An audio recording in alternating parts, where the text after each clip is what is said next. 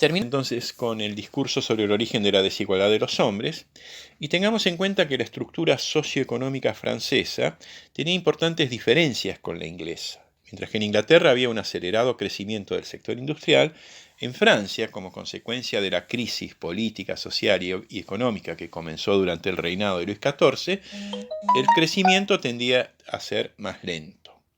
Rousseau se enfrentó a los pensadores de la Ilustración al contraponer los sentimientos a la razón y exaltar la importancia de la moral frente a la ciencia.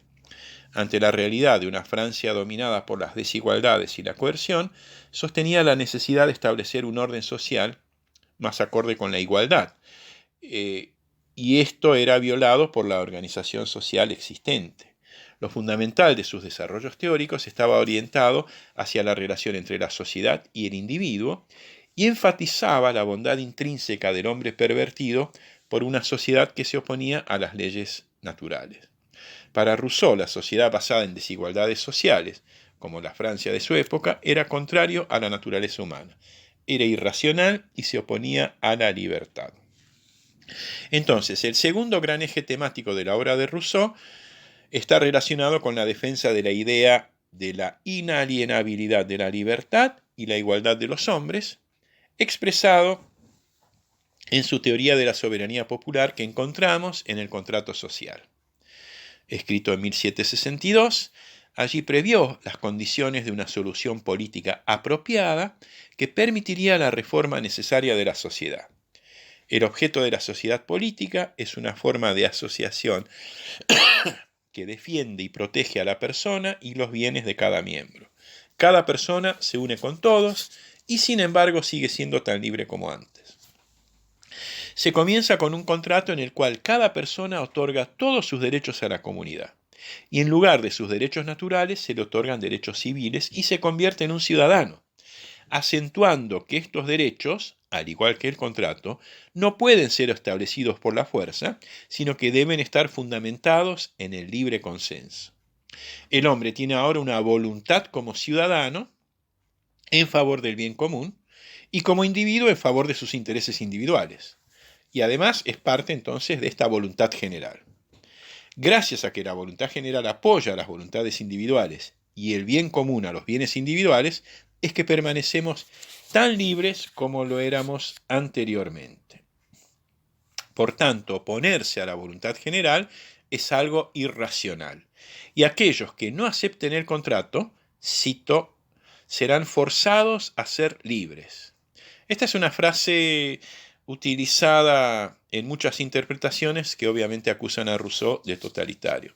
En realidad, cuando él habla de voluntad general, a diferencia de los otros contractualistas y liberales, él quiere rescatar el concepto de polis, el concepto de comunidad.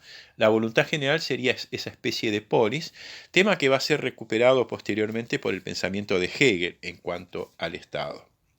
Entonces, Rousseau reemplaza el individualismo que domina en la teoría de Locke por el concepto de una comunidad solidaria basada en la voluntad general. El hombre como tal solo es posible encontrarlo en sociedad y las desigualdades son productos sociales. Entonces, el contrato social surge para controlar los conflictos que se derivan de las desigualdades sociales y no, como decía Hobbes, para proteger a los individuos del estado de naturaleza. En consecuencia, la sociedad no era el resultado de un contrato basado en intereses individuales, como afirmaba Locke, sino que era un vínculo real entre ciudadanos. Los hombres no se enfrentan en tanto individuos aislados, sino como ciudadanos o súbditos de una comunidad organizada. Fíjense que esta primera, en el discurso, la caracterización que hace Rousseau del contrato social es la de Locke. O sea, fíjense, recuerden ustedes que en John Locke el contrato lo realizan los propietarios, y acá lo que está criticando Rousseau es justamente esta idea.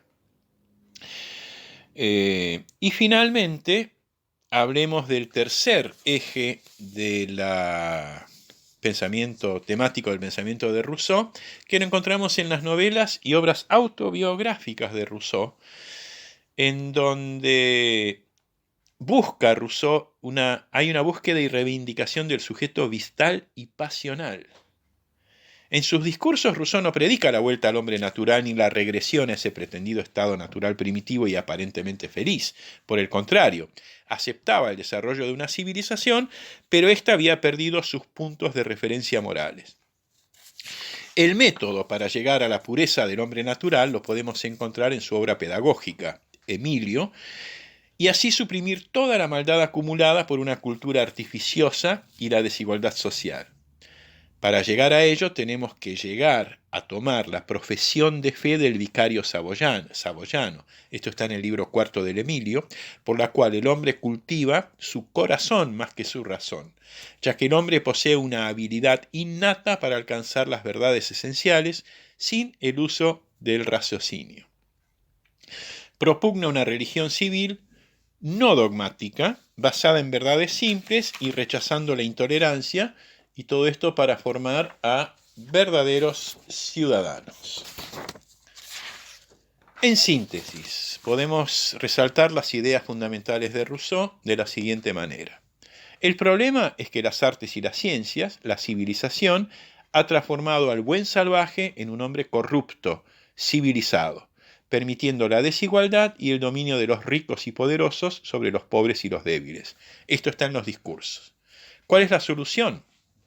Un contrato social que no es el resultado de una reflexión racional, sino se constituye una sociedad en la cual se manifiesta la soberanía de la voluntad general en un Estado democrático. Esto lo encontramos en el contrato social. Y finalmente, ¿cuáles son los medios?